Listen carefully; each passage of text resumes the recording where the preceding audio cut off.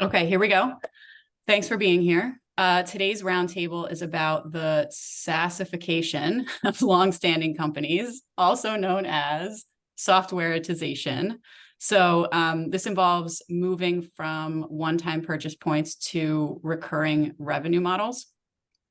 Our starting point today is the auto worker strike that started at the end of last week. So let me just say, for anyone watching that doesn't know about this, the strike is against Detroit automakers GM, Ford, and Stellantis.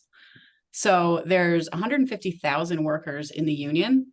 The negotiations are mostly around compensation, but some of the research that I was looking at, I just thought it would be helpful to know this up front.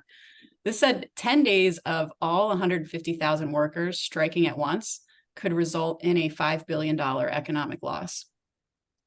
It seems like their approach is more like these smaller pockets of strikes. So like 10,000 people strike at once. It's like keeping everybody on their toes. Really exciting. But the article that caught my eye from this weekend, so this was in the Wall Street Journal, it says, whatever the UAW strike outcome, Elon Musk has already won. So it seems like a good starting point for this is staying power. So you've got, like, obviously Tesla is more nimble. You've got these big companies that are still in the transition to electric vehicles, but in relation to staying power, like, what's at play here? This is interesting. I mean, you look at Tesla, Elon Musk, right? He just tends to fit the mold of a disruptor, meaning that there is some type of an advantage at play, and he's always been the type that wants to exploit the advantage that he has. In this case, it's pretty clear that Tesla got a head start in terms of building EVs at scale.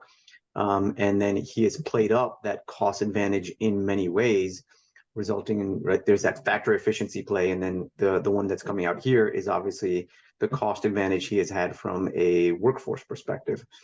So it has been historically cheaper for Tesla to get workers versus the big three automakers. And this negotiation can set them up to have gives them the potential to have even more of an advantage.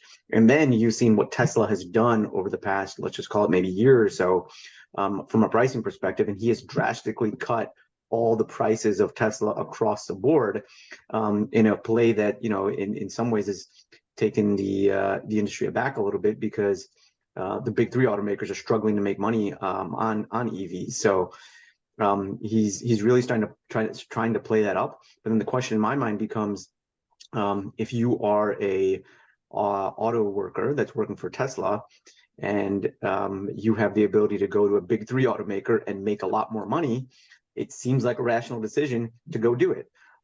Tesla does have that kind of staying power as a brand, and potentially attracts employees, but how long is that going to stay? Because seeming on the surface, it just seems irrational for somebody to stay there long term. Elon was like stirring things up on X too. He was like tweeting like, we play music, it's fun. It's like making his own. It's just like, I think these things as they play out in real time too are like this just interesting moving. Well, I also think, just on the theme of our chat today, I think Tesla's done a good job of moving towards an as a service model in multiple fronts. One is just in the ability to, subscribe to a new car every X often. But then also, I think they're just trading volume to say, hey, we'll cut the price of our vehicles, try to get more out there, because ultimately we want to have our charging network or the software that runs autonomous vehicles or these cars. So they're trying to transition more to a software company or just as a service company in general. And then the vehicles are more like it could be a loss leader, in that way. Yeah, it is interesting what's happening. And I think there's to me, there's like two conversations here. One is really about the fair market value of the employees and what they should get paid, because I think they said they haven't gotten paid in like 8 years or something like that, or hasn't gotten a raise in like 8 years or something. So it's been a while since they've gotten a raise. And then you look at your CEO's salaries, and you look at in general, the CEO salaries have gone up exponentially, even through COVID. And you've got people, and minimum wage is still like you can't afford a house in most cities. So I think there's a whole conversation about distribution of wealth, and there's a whole conversation about fair market value for the talent and the skill set and things like that. Let's put that to the side for a second, because for our conversation, because I think there's some politics involved there also. But for us, I think Tesla has done a good job of what Pete said of changing their business model to that subscription, pushing themselves to that subscription-based model, where the car itself, I don't think they would consider themselves a car manufacturing company. And all these other companies where their differentiation is car manufacturing, they're falling behind because I think their business model is getting antiquated. I think that's the problem. I think Tesla was leading the charge, is fundamentally changing the car industry, the vehicle or transportation industry. And I think GM and all these guys, their business model is becoming more antiquated, and they're trying to catch up. So if you look at Tesla, their quality of manufacturing is still behind some of these other large manufacturers, but that's okay, because that's not their differentiation. That's not their focus. Their focus is really a network of vehicle, their data and all sorts of stuff. So they're doing a great job in where their differentiation is. It goes to whenever we have a client, we always talk to them about doubling down on what their differentiation is. Wherever they're doing well, let's make sure you're rooted there and you don't get competitors coming in and taking you out. So their strategy of lowering price to create more vehicles on the road in order to expand that network effect is working, and they're doing a great job of moving towards that subscription world in the future. While these other manufacturers, they don't know what their DNA is. They're like, oh, I'm really good at making cars. Oh, wait, this industry is changing.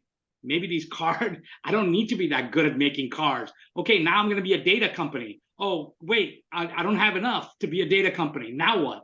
And I think the market is proving it out. I don't have the data in front of me, but I believe Tesla and Toyota are trading at much higher multiples than the other companies. And I think the market is making a bet that says in the future, these other manufacturing companies will cease to exist the way they are today. And Tesla and Toyota are going to be the two folks that come out of this mess that they're in. So I think those are the two conversations that are there. As it relates to your differentiation comment, because maybe we talk about that for a bit, just in what we've seen with our own clients. Yeah. Is that a starting point for this kind of transition? Like, can we talk about kind of the beginnings of this type of project and where people should be looking? Yeah, I'll let the guys answer, because I'm sure they've got great thoughts on this. We started talking about dynamic value drivers, and we talked about the old Gretzky saying, go where the puck is going. And you have to, if you're going to differentiate yourself over time, you need to kind of understand where the market's going. Too many people try to solve for problems of today and put a lot of efforts in to solve this problem of today, and not understand what the customer needs are and where the market's going in the future. And they kind of are more short-term focused rather than long-term. Let's put it that way. So from our perspective, we always start from the customer in. The customer that's where the demand is created. That's where the demand is at. Even in a long value chain, you have to start with that end customer to really understand where are they today, where are they going tomorrow. A perfect example is sustainability. There's so many markets where sustainability is a value driver. You can quantify it. You can load it up into your pricing. Great, we're good to go.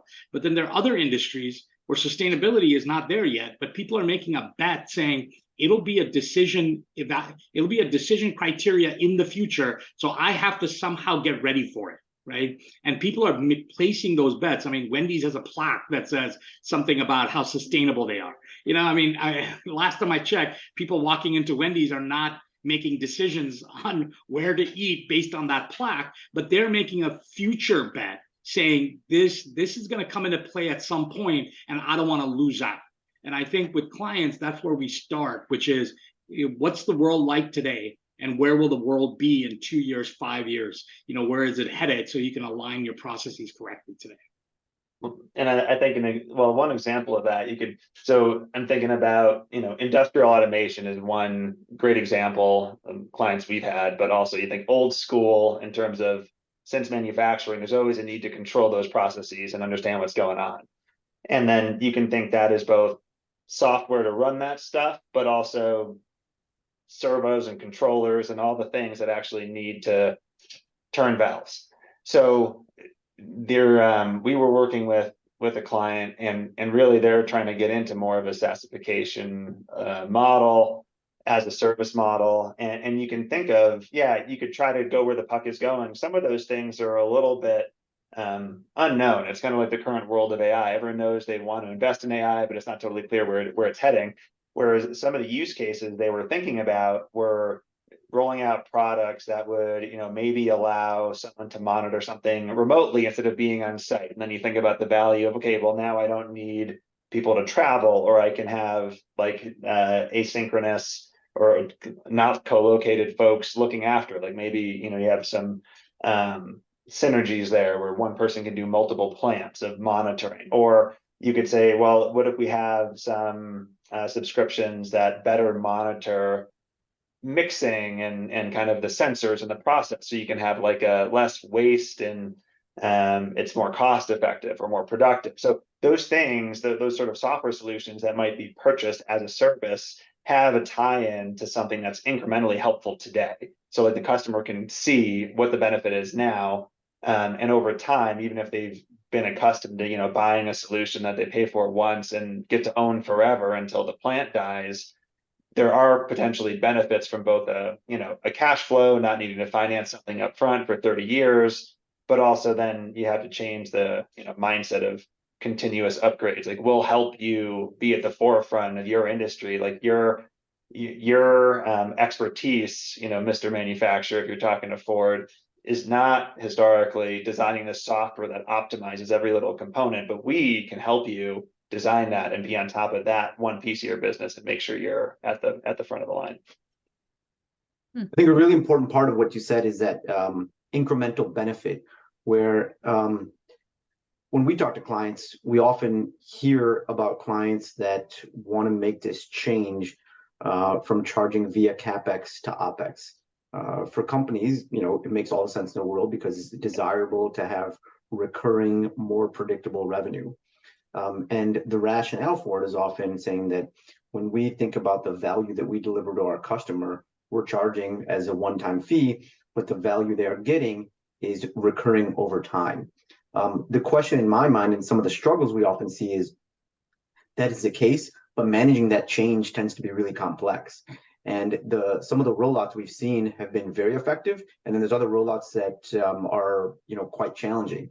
And what I often latch onto is the fact that in order to make this change, there has to be some type of an incremental benefit.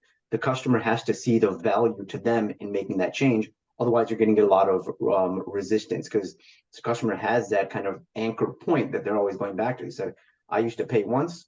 I don't really want to change my behavior, and I'm not deriving any additional value. So why would I want to make that change? And I think an example that's been talked about quite a bit in mainstream media has been BMW getting back to this car thing where they wanted to go out and charge for heated seats. The market perceived it in a way that they said, well, you're charging me for something, I'm paying for something twice. That wasn't really quite the case, because what they were thinking is we're giving it away for free and then we'll turn it on later. But that's really, really hard to communicate. And then heated seats are something that people are just kind of used to.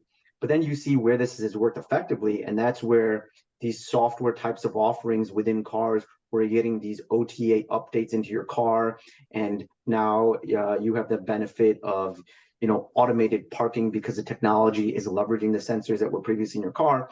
And that's something where somebody's like, okay, that seems really, really awesome. I wasn't able to do this before. I'll pay you a little bit, and I get this type of benefit.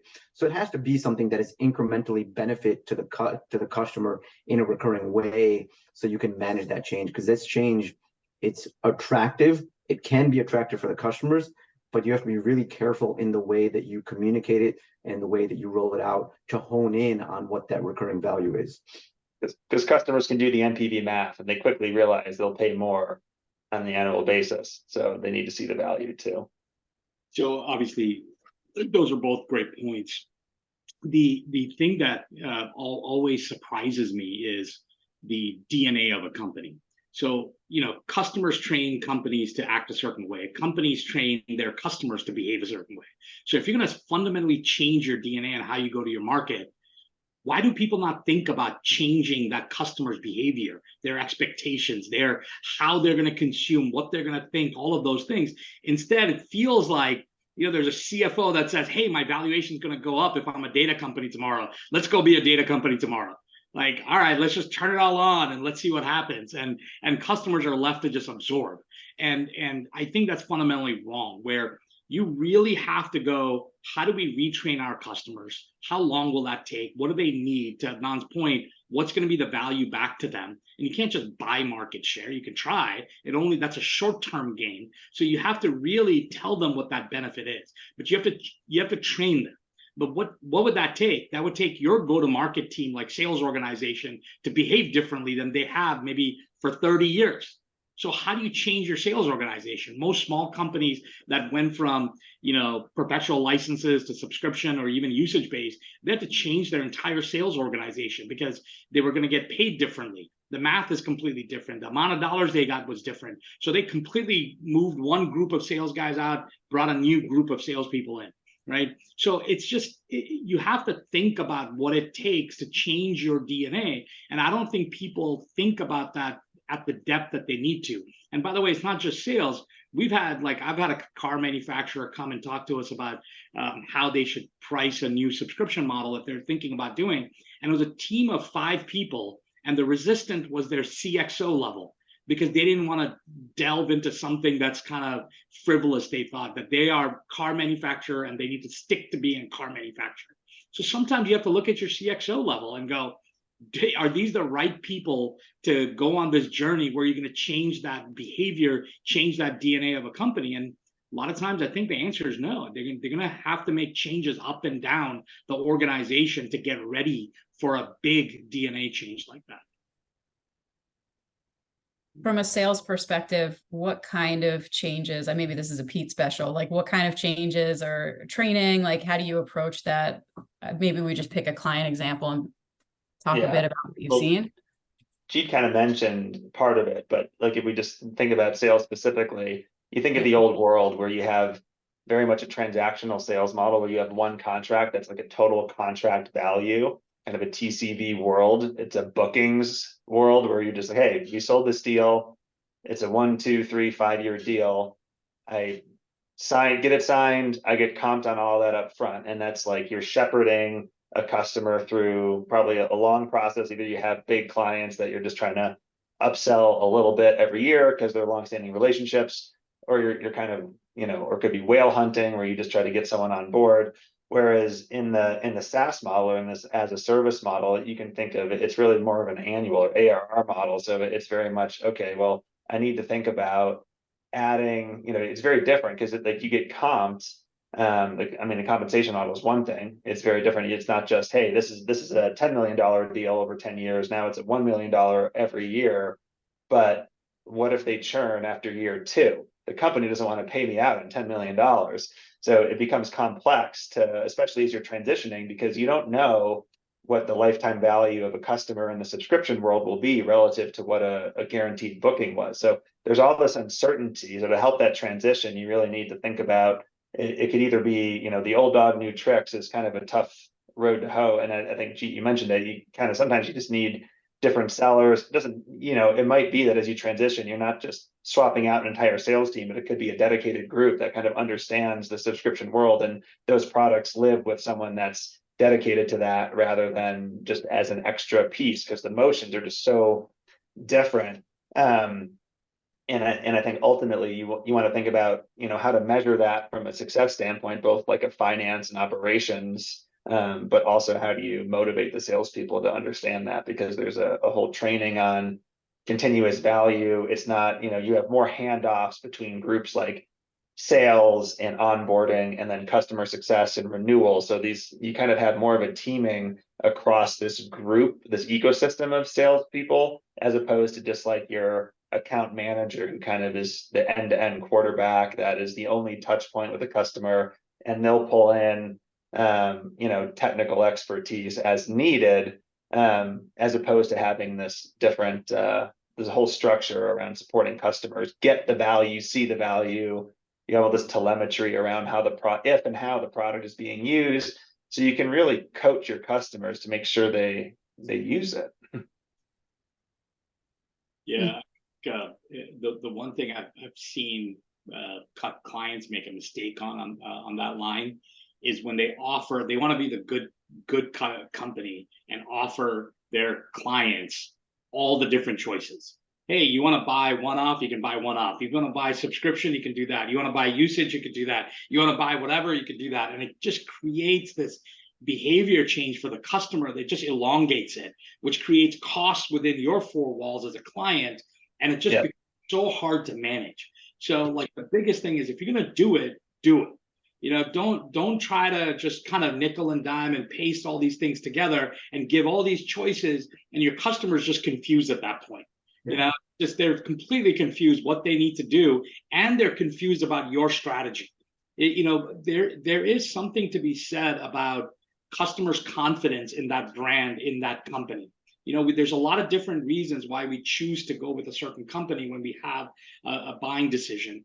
And that confidence is very important. If they see you not having a strategy, not being dedicated to a strategy, that does not bode well for you long term. More than likely, that customer is looking at other choices. They're looking at other companies, even if it's a company that's going to go complete subscription or complete usage. They're like, I'd rather have somebody that's dedicated to a model, a strategy.